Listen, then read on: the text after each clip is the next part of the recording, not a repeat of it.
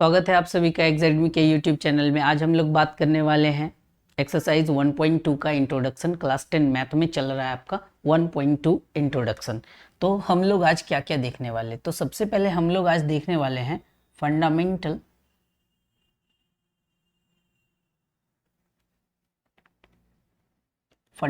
Theory of arithmetics. इसमें आज हम लोग देखने वाले हैं फंडामेंटल थ्योरी ऑफ अरिथमेटिक्स। ये देखिए नाम बहुत बड़ा लग रहा है, लेकिन कोई इसमें टेंशन लेने वाली बात नहीं है। हम लोग क्या करेंगे, इसमें बोला क्या गया है उस बात को समझने का कोशिश करेंगे और उस पर कैसे हम लोग सवाल को सॉल्व करेंगे वो चीज़ यहाँ पे देखने वाले हैं। इसमें क्या बोला गया है, इसमें बोला गया है every composite number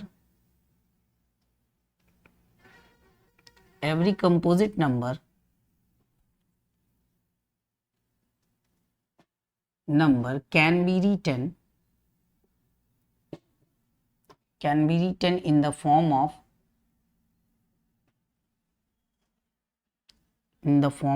prime number, and in the form of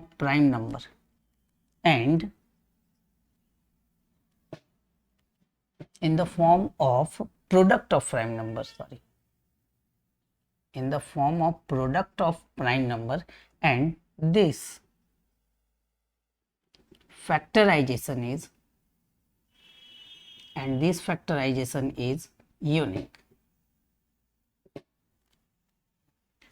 And this factorization is unique if we do not consider order। देखिए ये आपका स्टेटमेंट बोलता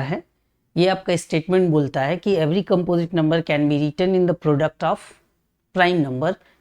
जो प्राइम नंबर में हम लोग लिखेंगे वो प्राइम नंबर यूनिक होगा। यूनिक का मतलब क्या होता है, अभी हम लोग एग्जांपल से समझते हैं। एक एग्जांपल हम लोग लेते हैं, सपोज कीजिए एक एग्जांपल है क्या, 18 एक कंपोजिट नंबर है, 18 एक कंपोजिट नंबर है। अच्छा, कंपोजिट नंबर से सबसे पहले यहाँ पे बात करेंगे कंपोजिट नंबर क्या होता है। सबसे पहले अभी एग्जाम्पल नहीं लेंगे, हम लोग सबसे पहले बात करेंगे कंपोजिट नंबर। तो क्या होता है कंपोजिट नंबर, हम लोग 9th में भी कंपोजिट नंबर के बारे में पढ़ चुके हैं, यहाँ भी एक बार देख लेंगे क्या कंपोजिट नंबर क्या होता है। कंपोजिट नंबर दो तरह का नंबर इसमें पढ़ते हैं, एक कंपोजिट और दूसरा प्राइम। प्राइम नंबर तो सभी को पता होगा। कंपोजिट नंबर के बारे में बात करते हैं।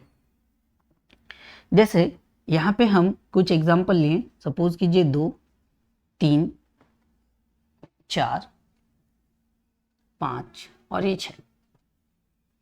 अभी यहाँ पे आपके पास कुछ नंबर पड़े हुए हैं। अगर इस नंबर को हम प्राइम फैक्टर के मल्टीप्लिकेशन में लिखे तो कैसे लिखेंगे। 2 का अगर हम फैक्टर देखें, 2 का फैक्टर तो यहाँ 1 है और 2 है। अगर 3 का फैक्टर देखें तो यहाँ भी 1 है और 3 है। 4 का देखें तो ये 1 भी है, 2 भी है और आपका 4 भी है। अगर 5 का प्राइम फैक्टर देखें या फिर फैक्टर देखें तो 1 है और 5 है, यानी फैक्टर देख रहे हैं हम लोग। यहाँ 1 है, 2 है, 3 है एंड 6 है। 6 है। 2 तरह का नंबर दिखा, एक ऐसा नंबर जिसमें या तो वो 1 का फैक्टर हो रहा है, या तो वो 1 से डिविजिबल है, या वो खुद से डिविजिबल है। जैसे बात करें तो 2 से 3 से 2, 3 और 5, ये तीनों आपका प्राइम नंबर है।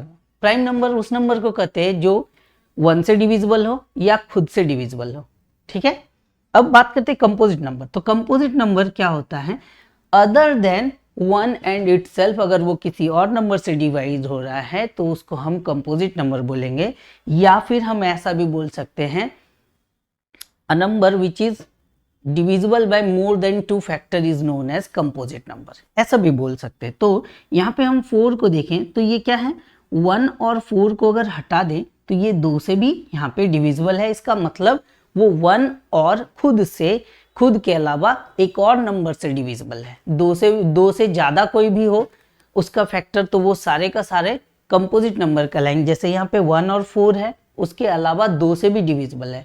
तो आपका 2 से ज़्यादा जितना भी फैक्टर हो जाए वो सारा का सारा नंबर आपका कंपोजिट नंबर। यहाँ 6 में देखिए इसका फैक्टर 4 है। नंबर ऑफ फैक्टर अगर हम बात करें यहाँ पे तो इसका 4 है, तो ये भी आपका एक तरह से क्या हो जाएगा, कंपोजिट नंबर हो जाएगा। कंपोजिट नंबर हो जाएगा। क्या कंपोजिट नंबर और प्राइम नंबर दोनों को यहाँ पे हम समझ चुके हैं। तो हम यहाँ पर से आपका लिख सकते हैं, यहाँ पर से हम आपका लिख सकते हैं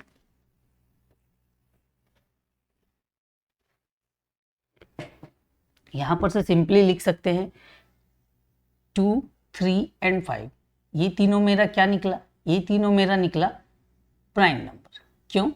क्योंकि ये 1 एंड इटसेल्फ से डिविजिबल है।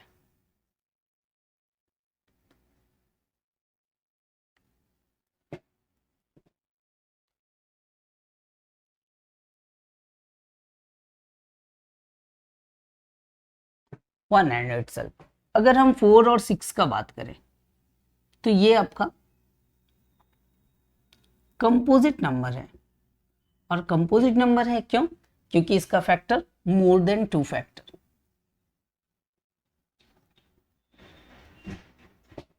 मोर देन 2 फैक्टर, जब भी आपका मोर देन 2 फैक्टर आएगा उसको हम कंपोजिट नंबर ही लेंगे। ठीक है, कोई दिक्कत नहीं है। अब हम बात करते हैं फंडामेंटल थ्योरी ऑफ अरिथमेटिक्स, वो क्या बोलता है। तो आपको कंपोजिट नंबर, प्राइम नंबर समझ में आ गया है। अब हम आगे देखते हैं, यहाँ पे आगे देखते हैं। यहाँ पे हम एक एग्जाम्पल ले रहे थे। एग्जाम्पल सपोज कीजिए 18। अगर 18 का हम प्राइम फैक्टर निकालें तो बहुत सारा बच्चा बहुत तरीका से निकाल सकता है। जैसे 18 का हम प्राइम फैक्टर निकाले तो 2 से 9 टाइम्स में, और ये फिर 3 से 3 टाइम्स में। तो इसका 18 का अगर हम प्राइम फैक्टर लिखे तो लिखेंगे 2 × 3 × 3, 2 × 3 × 3। किसी बच्चे का मन होगा तो वो ऐसे भी तो लिख सकता है 3 × 2 × 3, और किसी बच्चे का मन होगा तो वो लिख सकता है 3 × 3 × 2, ऐसा लिख सकता है। यानी बच्चा 3 तरह से लिख रहा है, 1, 2, 3। लेकिन अगर क्या करें, अगर हम उसमें ऑर्डर को छोड़ दें, अगर मेरा सिर्फ फोकस नंबर के मल्टीपल पर हो, यानी प्राइम नंबर किस मल्टीपल में है, अगर वैसा है तो हम देखेंगे कि ये तीनों बच्चे का आंसर यूनिक आया है। अगर वो तीनों सही निकाले तो तीनों बच्चे का आंसर यूनिक आएगा। इसी को हम बोलते हैं फंडामेंटल थ्योरम ऑफ अरिथमेटिक्स। यानी कि अगर हम तीनों को अरेंज कर दें असेंडिंग या डिसेंडिंग ऑर्डर में, तो आप यहाँ असेंडिंग कीजिए तो इसको भी ऐसे कर देंगे 2 × 3 × 3, इसको भी ऐसे कर देंगे 2 × 3 × 3। यानी तीनों बच्चे का आंसर क्या है, सेम है, लेकिन तीनों का जगह अलग अलग कर दिया गया। यहाँ पे देखिए 2 पहले, 3 फिर 3, यहाँ पे 3 2 3, फिर यहाँ 3 3 2, ऐसे करके। तो अगर हम ऑर्डर को अगर हम छोड़ के बात करेंगे तो हम यहाँ पे देखेंगे कि ये तीनों बच्चे का आंसर सेम आया है, ये तीनों बच्चे का आंसर सेम आया है। तो यही बोल रहा है कि वो जो प्राइम फैक्टर होगा वो यूनिक होगा अगर हम ऑर्डर को इग्नोर करके चले। यहाँ तक कोई दिक्कत नहीं है। तो फंडामेंटल थ्योरम ऑफ अरिथमेटिक्स आपको समझ में आ गया होगा ये क्या कहना चाहता है। अब हम लोग आगे बढ़ते हैं,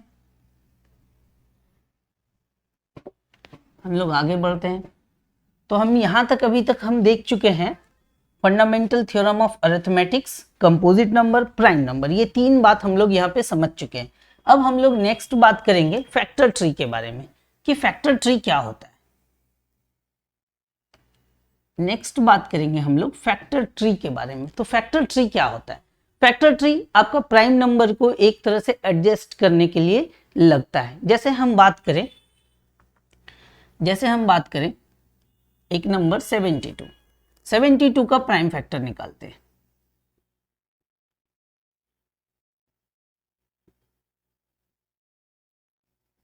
प्राइम फैक्टर ये हो गया। अब हम इसको कैसे लिखेंगे, फैक्टर ट्री इसका कैसे बनाएंगे? तो 72 को लिखेंगे, इसको एक डब्बे में बंद कर देंगे।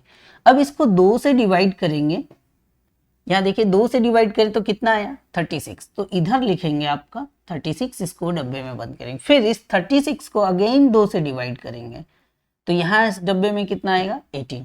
फिर इस 18 को अगेन हम 2 से डिवाइड करेंगे, यहाँ कितना आएगा 9। और फिर इस 9 को हम 3 से डिवाइड करेंगे और यहाँ 3। तो तब तक डिवाइड करेंगे जैसा आपका प्राइम फैक्टराइजेशन इसका करने में काम आ रहा है। और इसी बात को हम क्या बोलेंगे, इसी को बोलेंगे हम फैक्टर ट्री। कोई दिक्कत नहीं है। तो इसका फैक्टर ट्री कैसे लिखेंगे, 2 × 2 × 2 × 3 × 3। यहाँ पे देखिए, यहाँ पे कैसे लिखे हैं 2 × 2 × 2, इंटू 3, यही है आपका 72 का प्राइम फैक्टराइजेशन। 72 का प्राइम फैक्टराइजेशन। क्या आपको ये बात समझ में आया है?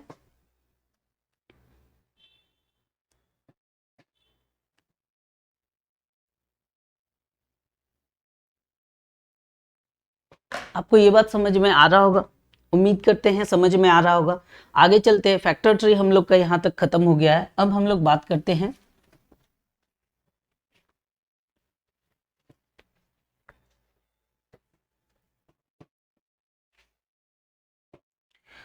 अब हम लोग नेक्स्ट बात करते हैं आपका यहाँ पे इंट्रोडक्शन में आपका फैक्टर ट्री हो गया। अब हम लोग सीधे चलते हैं क्वेश्चन पे। क्वेश्चन क्या है? क्वेश्चन है आपका बेटा, क्वेश्चन है consider the number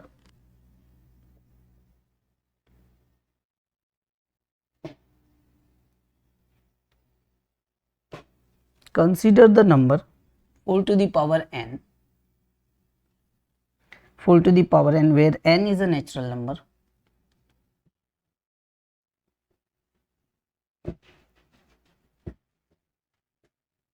where n is a natural number. Check whether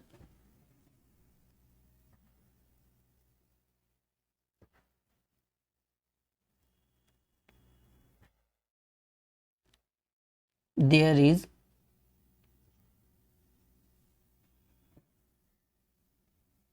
any value of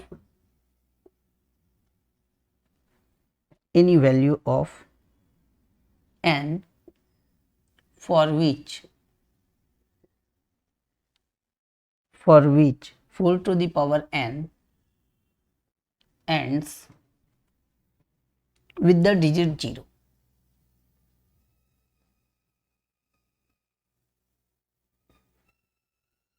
with the digit 0. तो यहाँ पे इंट्रोडक्शन में आप सबसे पहला क्वेश्चन आप यहाँ पे देखे होंगे कि इंट्रोडक्शन में आपका ये क्वेश्चन है। क्वेश्चन नंबर है आपका, सॉरी,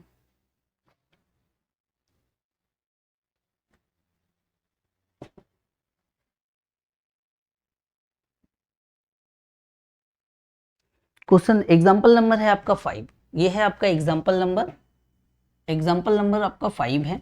तो इसमें consider the number 4 to the power n where n is a natural number, check whether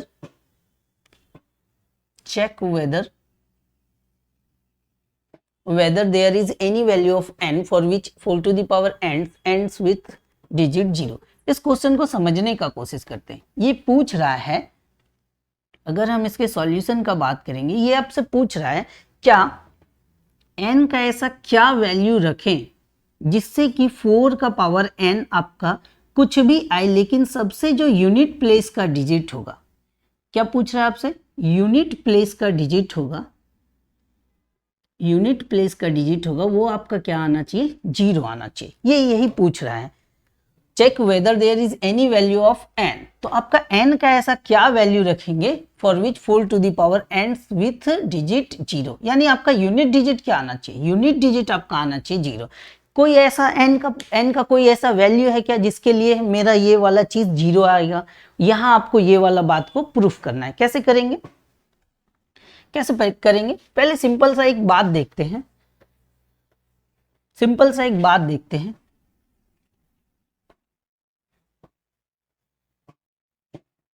देखिए ध्यान से,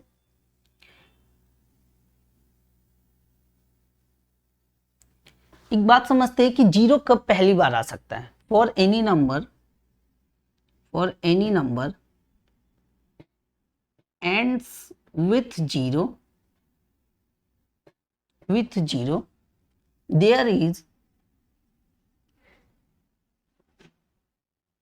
there must be multiple of 2 and 5 both। किसी नंबर को 0 पे एंड होना है तो वहां पे आपको क्या होना चाहिए? जो भी नंबर आएगा उसमें आपको 2 और 5 का मल्टीपल होना बहुत जरूरी है। एक बात करते हैं, एग्जाम्पल बात करते हैं।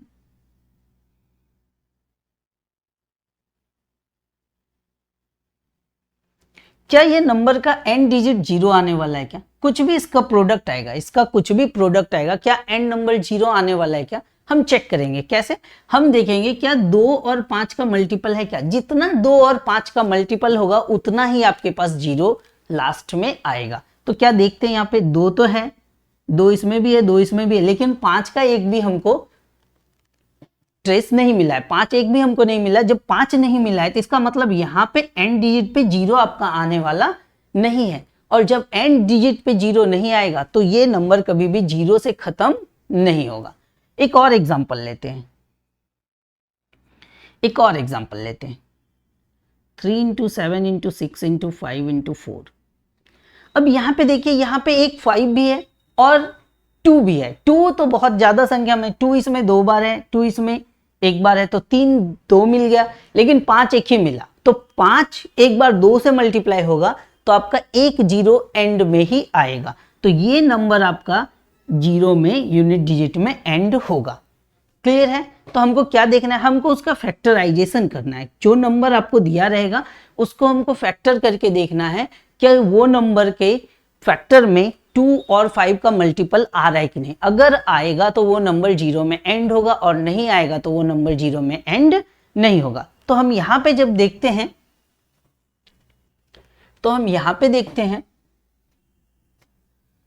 अगर हम 4 का प्राइम फैक्टर करें, 4 का अगर हम प्राइम फैक्टर करें तो 4 का प्राइम फैक्टर 2 इंटू 2, यानी 4 टू दी पावर n को हम 2 to the power 2 into n लिख सकते हैं, और हम लिख सकते हैं 2 to the power 2n।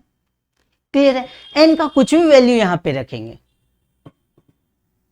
n का कुछ भी, क्योंकि n एक नेचुरल नंबर है तो 1 से लेके कितना भी रख सकते हैं। अगर सोचिए यहाँ पे 4 टू पावर 1 रखे तो ये खत्म होगा 4, 4 टू दी पावर 2 रखे तो ये 60, 4 टू दी पावर 3 रखे तो 64, 4 टू दी पावर 4 रखे तो 256। यहां देखिए ध्यान से, यूनिट प्लेस पे या तो 4 आ रहा है या तो 6 आ रहा है, या तो 4 आ रहा है या तो 6 आ रहा है। फिर अगेन करेंगे तो 4 आएगा, फिर अगेन करेंगे तो 6 आएगा।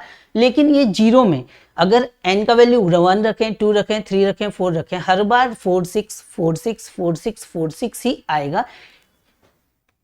इसके अलावा यहाँ पे और कोई डिजिट नहीं आएगा। तो हम यहाँ पर से साफ साफ देख सकते हैं कि यूनिट डिजिट 0 में इसका एंड नहीं हो रहा, और उसका कारण है कि इसका प्राइम फैक्टर जब 4 का करेंगे तो वहां पर बस 2 ही आ रहा है, 5 वहां पे नहीं देखा जा रहा है।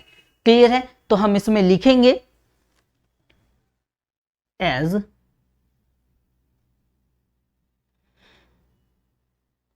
And digit of any number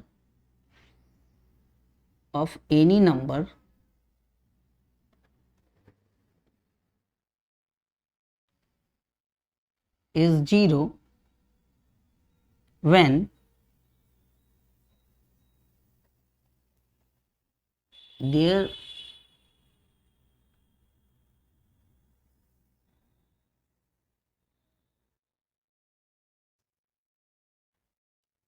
there is multiple of 2 and 5,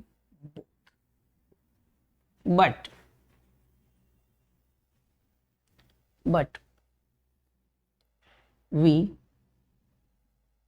do not have 5 as prime factor, so we do not get n digit 0. So we do not get n digit 0. Clear है? उम्मीद करते हैं आपको ये समझ में आया होगा। एक बार देख लीजिए फिर से। Consider the number 4 to the power n where n is natural number. Check whether there is any value of n for which 4 to the power ends with the digit 0.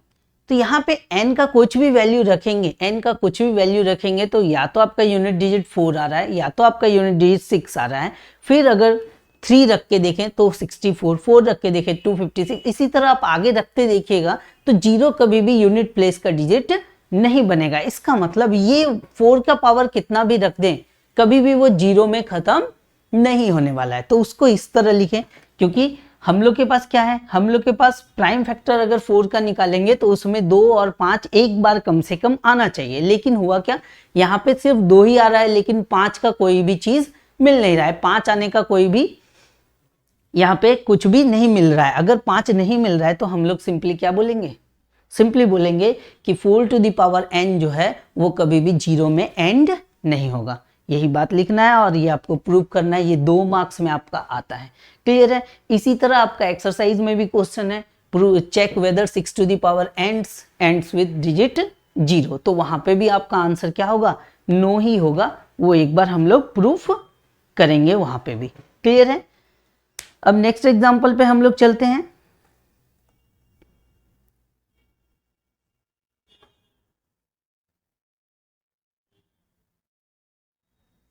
Example number 6।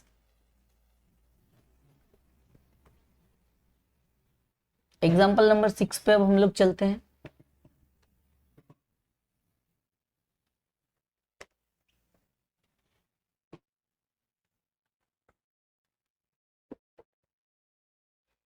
ठीक है, example number 6 क्या बोलता है, ये introduction का है। Introduction में example number 6 हम लोग एक बार चेक करते हैं क्या दिया गया है। दिया गया है find the LCM and HCF. Find the LCM and HCF of 6 and 20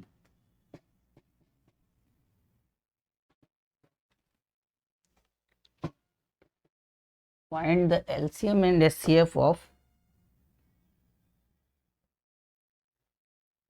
find the LCM and SCF of 6 and 20 by prime factorization method.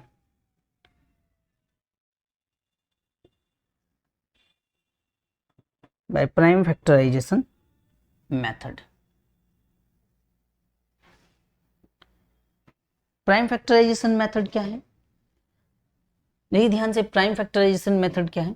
6 का अगर हम प्राइम फैक्टर निकालेंगे, अगर 6 का अगर हम प्राइम फैक्टर निकालेंगे तो कैसे निकालेंगे, 2 3 जा 6, तो 6 को हम लिख सकते हैं 2 × 3।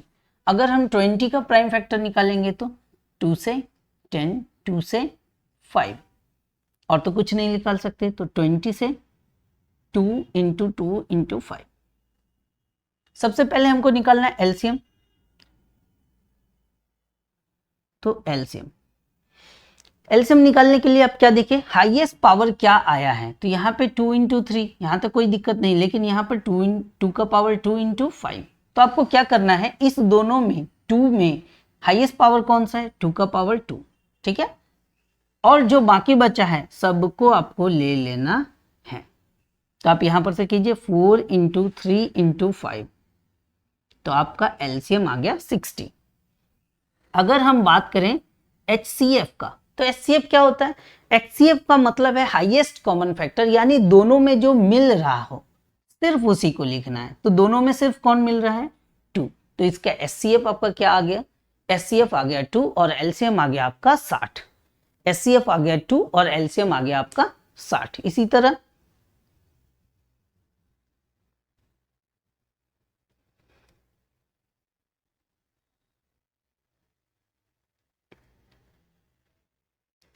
तरह आप यहाँ पे और सारे सवाल को इसी तरह कर सकते हैं जहां प्राइम फैक्टराइजेशन मेथड का यूज किया गया है। अब हम लोग चलते हैं क्वेश्चन नंबर एग्जाम्पल नंबर 7 पे। एग्जाम्पल नंबर 7 पे बात करते हैं क्वेश्चन नंबर 7 की। क्वेश्चन नंबर 7 से पहले हम लोग कुछ एक कॉन्सेप्ट देखेंगे। क्या कॉन्सेप्ट है आपका, आपका कॉन्सेप्ट है product of two number. Product of two number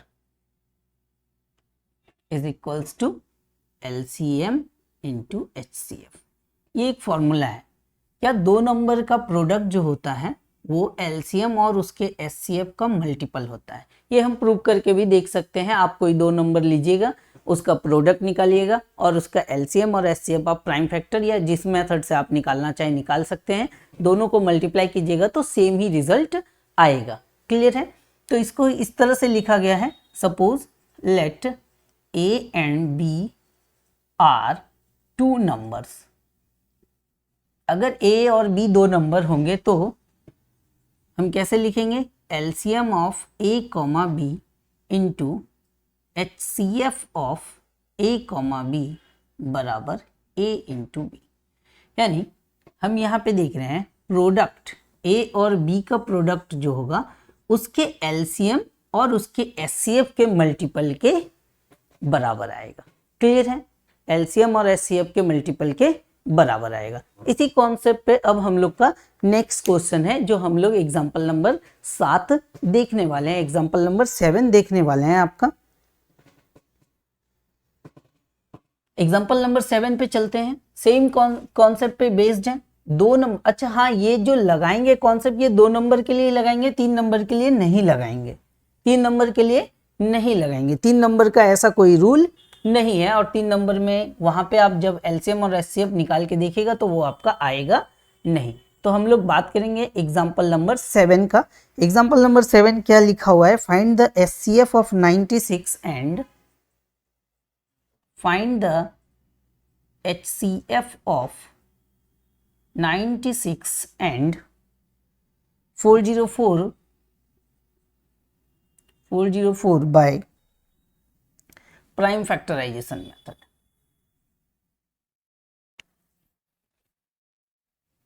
by prime factorization method, prime factorization method and hence find their LCM। और हमको क्या निकालना है? उसका LCM भी निकालना है। तो सबसे पहले आपको पूछ रहा है इसका HCF निकालिए। HCF निकल जाएगा क्या? हाँ, 96 को हम लोग कैसे लिख सकते हैं? तो 96 को अगर हम 2 से डिवाइड करें तो ये आएगा 48। अगर इसको 2 से डिवाइड करेंगे तो ये 24। अगर 2 से तो ये 12, 2 से तो 6, 2 से तो 3। 96 को हम कैसे लिखें? 96 को इस तरह लिख देंगे 2 into 2 into 2 into 2 into 2 into 3। और हम इसको लिख सकते हैं 2 to the power 5 into 3। Clear है? कोई दिक्कत नहीं। अब हम लोग किसका निकालेंगे? 404 का निकालेंगे। तो यहां पर सिंपली 2 से कट रहा है क्या? फिर 2 से कटाएंगे।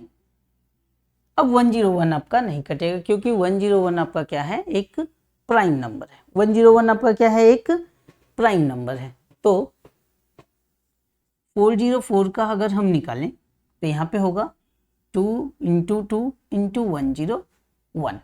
ठीक है, इसको सिंपली ऐसे लिख सकते हैं 2 to the power 4 into 101।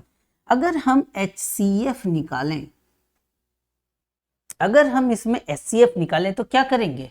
HCF में हम लोग देखेंगे जो मैक्सिमम पावर मैच कर रहा है। तो इस पे 2 पे पावर 2 है, यहाँ 2 पे पावर 5 है, इसका मतलब यहाँ 2 पे पावर 2 है, तो यहाँ 2 पे पावर 2। 2 पे पावर 2 का मतलब कितना? HCF इसका कितना हो गया? 4। HCF कितना हो गया इसका? 4। क्लियर है? LCM भी हम लोग प्राइम फैक्टर से निकाल सकते हैं। तो LCM कैसे निकालेंगे? इस दोनों में सबसे बड़ा कौन? 2 पे पावर 5, तो 2 पे पावर 5 ले लेंगे इंटू 3 इंटू 101। और यहाँ पे आपका मल्टीप्लाई करके यही आपका क्या आ जाएगा? यही आपका आंसर आ जाएगा। क्लियर है?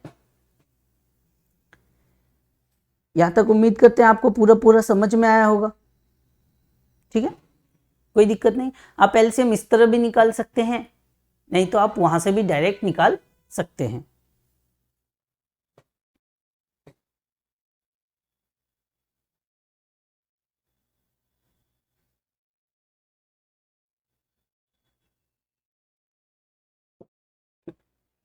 तो ये आपका हो जाएगा आंसर, ये दोनों। अब हम लोग चलते हैं नेक्स्ट क्वेश्चन पे। नेक्स्ट क्वेश्चन क्या है? एग्जाम्पल 8 है। नेक्स्ट क्वेश्चन है आपका एग्जाम्पल 8। एग्जाम्पल 8 देखते हैं। एग्जाम्पल 8 करने का कोशिश करते हैं।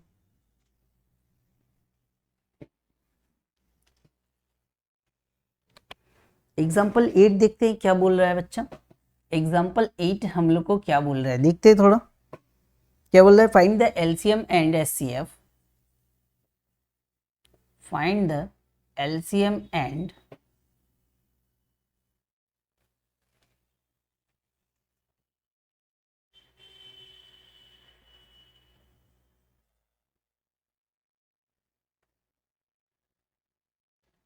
find the LCM and SCF of 672 and 120 using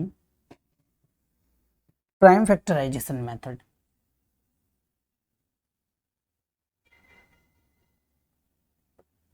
using prime factorization method. अब यहाँ पे देखिए 3 नंबर है। 3 नंबर में अगर वो हम लोग फॉर्मूला लगा के करें तो नहीं कर सकते। अच्छा, पिछले क्वेश्चन का फॉर्मूला लगा कर भी कर सकते हैं, वहां पे कोई दिक्कत आने वाला नहीं है। अगर कोई दिक्कत आएगा तो आप एक बार दिए गए नंबर पे मैसेज करके पूछ सकते हैं। यहाँ पे देखिए find the LCM and HCF using prime factor. यहाँ पे आपको एक कंडीशन दे दिया गया है कि प्राइम फैक्टर, तो 6 का अगर हम प्राइम फैक्टर निकालें, 6 का प्राइम फैक्टर निकालें तो क्या होगा बच्चा? 2 इंटू 3।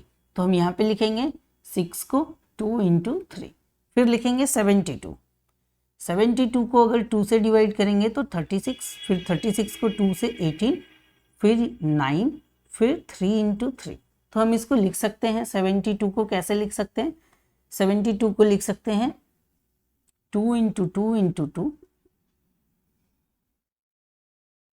Into 3 into 3। और अब है मेरे पास कौन सा? 96। 96 को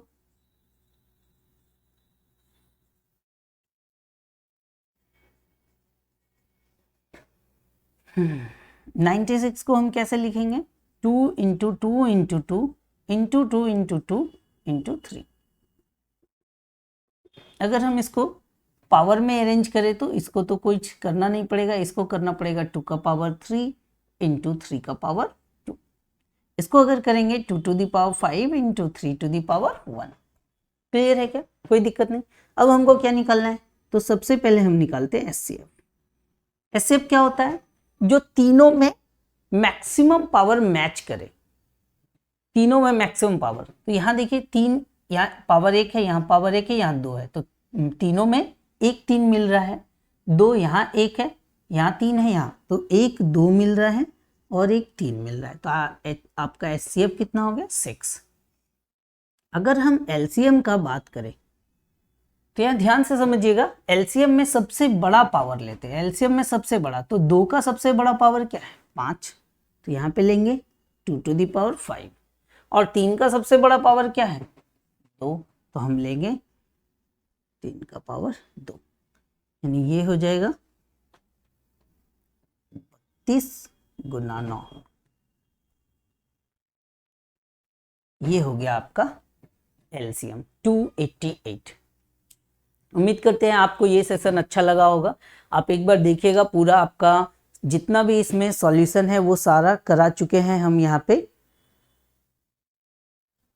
एक बार चेक कर लेते, और कुछ तो बचा नहीं है। एक बार चेक कर लेते, नहीं और कुछ बचा नहीं है। आपका 1.2 का इंट्रोडक्शन सारा का सारा खत्म हो गया है। हम लोग अगले लेक्चर में बात करेंगे कि 1.2 को सॉल्व कैसे करेंगे। क्लियर है?